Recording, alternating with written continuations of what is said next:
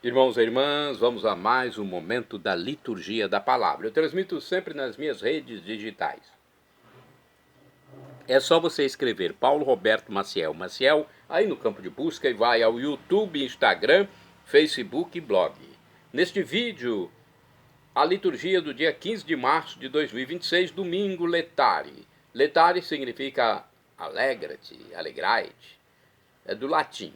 E o domingo é o domingo da alegria, chamado popularmente na igreja de Domingo da Alegria. É a expectativa da Páscoa. Quarta semana da Quaresma. Ano litúrgico A. A cor é rosa, rósea, ou então roxa. Pode ser as duas. Rósea, né, ou roxa, ok? Rósea ou rosa. O rito da missa é o seguinte: missa própria, com creio, prefácio próprio. E eu quero dizer que eu sou leitor e animador litúrgico na Igreja Central, em Colatina. E faço esse trabalho aqui voluntariamente para ajudar meus irmãos católicos a compreender um pouco mais a nossa liturgia, a nossa doutrina. Então vamos lá? Domingo letare. A primeira leitura é a leitura do primeiro livro de Samuel, capítulo 16, versículos 1b, 6 ao 7, 10 ao 13a. Naqueles dias, o Senhor disse a Samuel: enche o chifre de óleo e vai para que eu te envie à casa de Jessé de Belém, pois escolhi um rei para mim entre os seus filhos. Assim que chegou, Samuel viu a Eliabe e disse consigo: certamente é este ungido do Senhor. Mas o Senhor disse-lhe: não olhes para sua aparência, nem para sua grande estatura, porque eu o rejeitei. Não julgo segundo os critérios do homem. O homem vê as aparências, mas o Senhor olha o coração. Jessé fez vir seus 7 filhos à presença de Samuel. Mas Samuel disse: o Senhor não escolheu nenhum deles. E acrescentou: estão aqui todos os teus filhos? Jessé respondeu: resta ainda o mais novo, que está apacentando as ovelhas. E Samuel ordenou a Jessé: manda buscá-lo, pois não nos sentaremos à mesa enquanto ele não chegar. Jessé mandou buscá-lo. Era Davi, ruivo, de belos olhos e de formosa aparência. E o Senhor disse: levanta-te, unge-o. É este. Samuel tomou o chifre com óleo e ungiu a Davi na presença de seus irmãos. E a partir daquele dia o Espírito do Senhor se apoderou de Davi. Palavra do Senhor, graças a Deus. Olha, o dia em que Davi foi ungido rei. Não assumiu ainda como rei, mas já estava ungido por ordem de Deus, pelo profeta Samuel. Agora o salmo responsorial do domingo letare, dia 15 de março de 2026.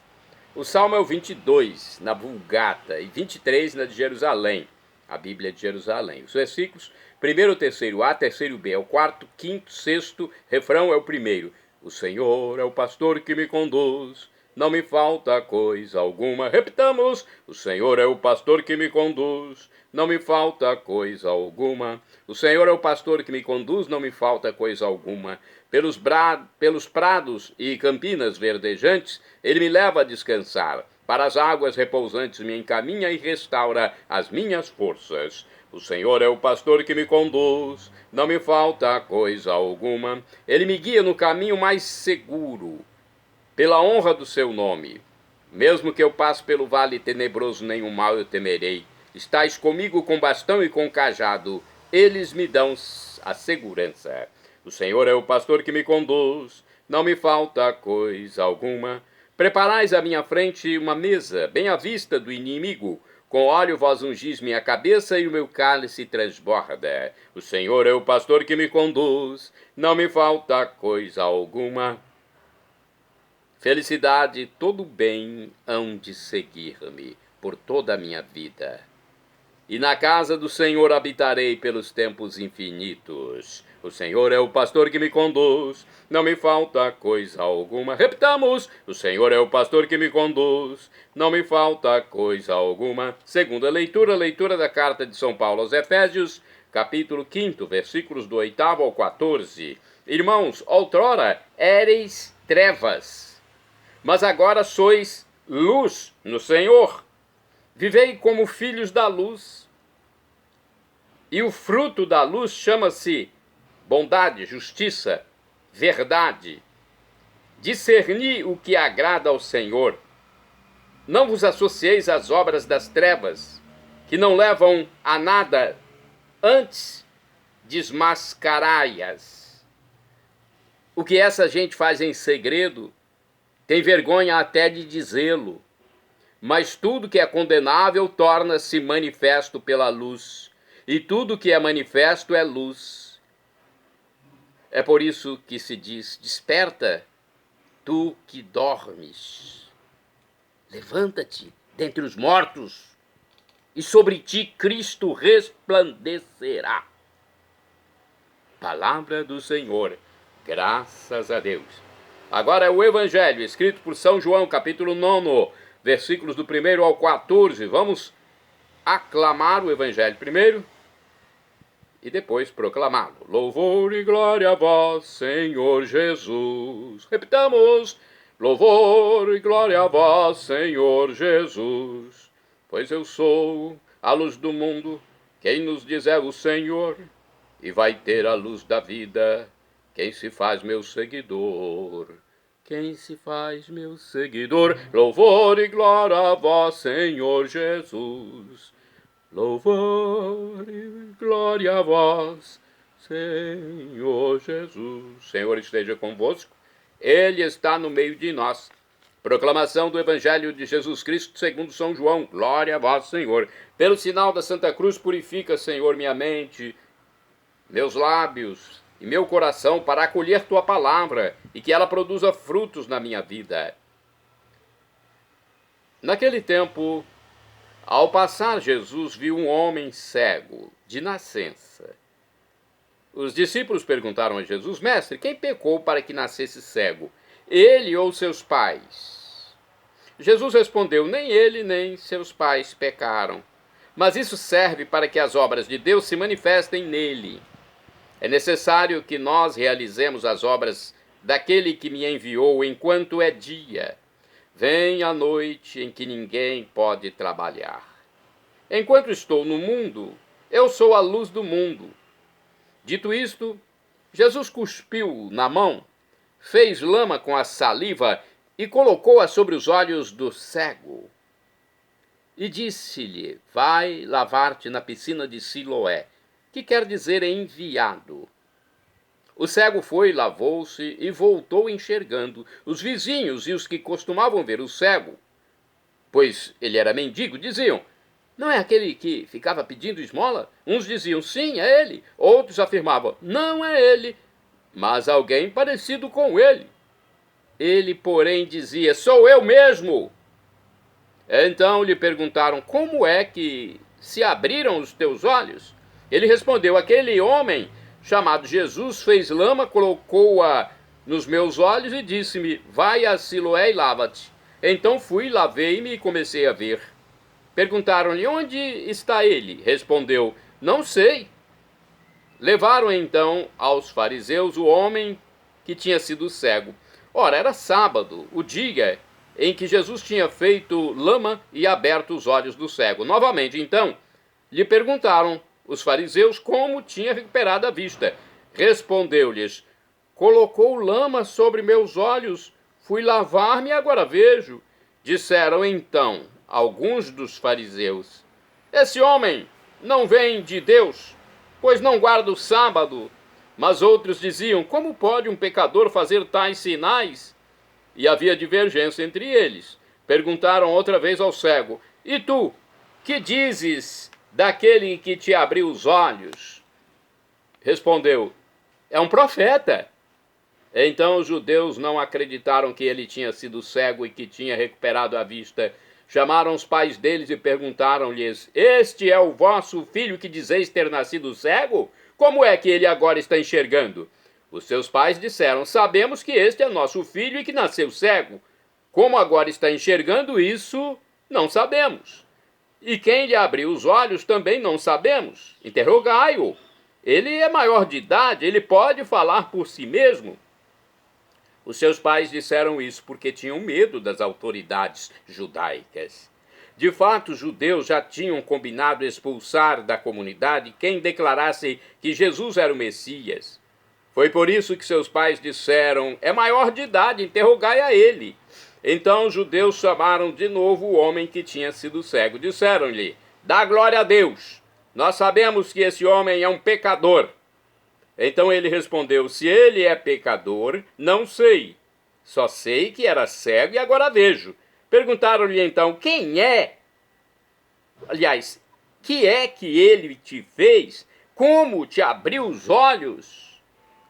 Respondeu ele: eu já vos disse, e não escutastes? Por que quereis ouvir de novo? Por acaso quereis tornar-vos discípulos dele? Então insultaram-no, dizendo: tu sim, és discípulo dele. Nós somos discípulos de Moisés. Nós sabemos que Deus falou a Moisés, mas esse não sabemos de onde é. Respondeu-lhes o homem: espantoso, vós não sabeis de onde ele é, no entanto, ele abriu-me os olhos. Sabemos que Deus não escuta os pecadores, mas escuta aquele que é piedoso, que faz a sua vontade. Jamais se ouviu dizer que alguém tenha aberto os olhos a um cego de nascença. Se este homem não viesse de Deus, não poderia fazer nada. Os fariseus disseram-lhe: tu nasceste todo em pecado e estás nos ensinando. Expulsaram-no da comunidade. Jesus soube que o tinham expulsado. Encontrando-o, perguntou-lhe: acreditas? Acreditas no Filho do Homem? Respondeu ele: quem é, Senhor, para que eu creia nele? Jesus disse: tu o estás vendo. É aquele que está falando contigo. Exclamou ele: eu creio, Senhor.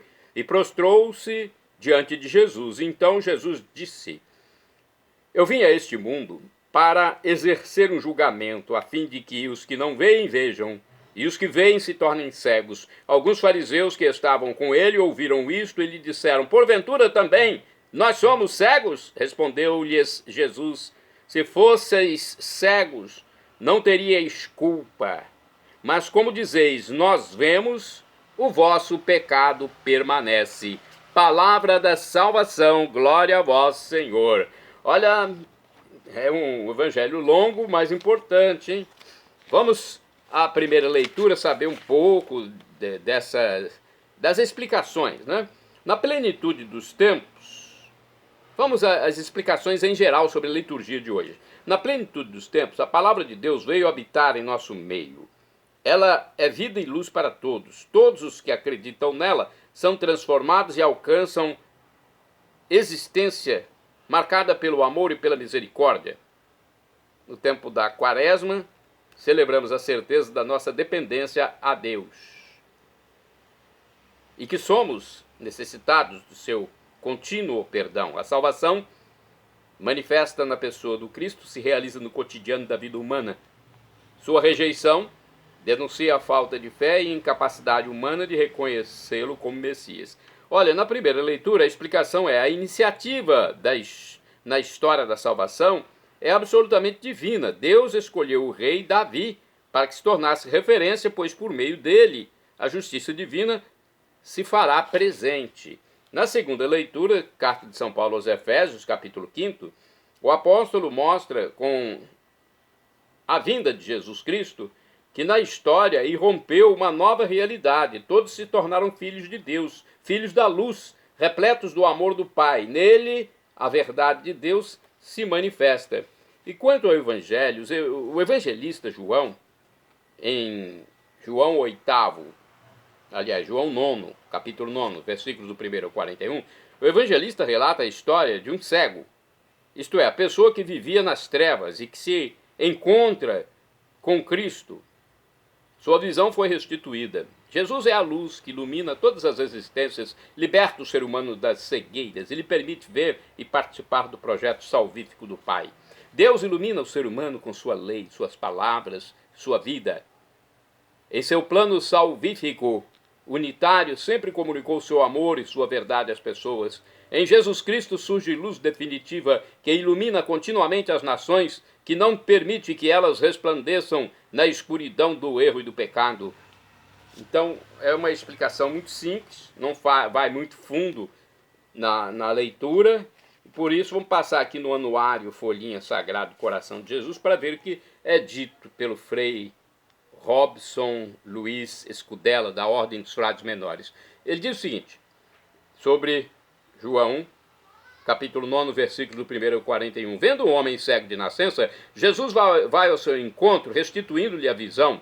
Diante do milagre do fechamento à ação de Jesus, muitos não admitiam que aquele homem era o mesmo que até então estava cego. Outros, entre eles os fariseus, acusavam que aquele homem não guardava o sábado. Outros ainda o expulsaram da comunidade, visto que ele testemunhou que quem o fez ver veio de Deus.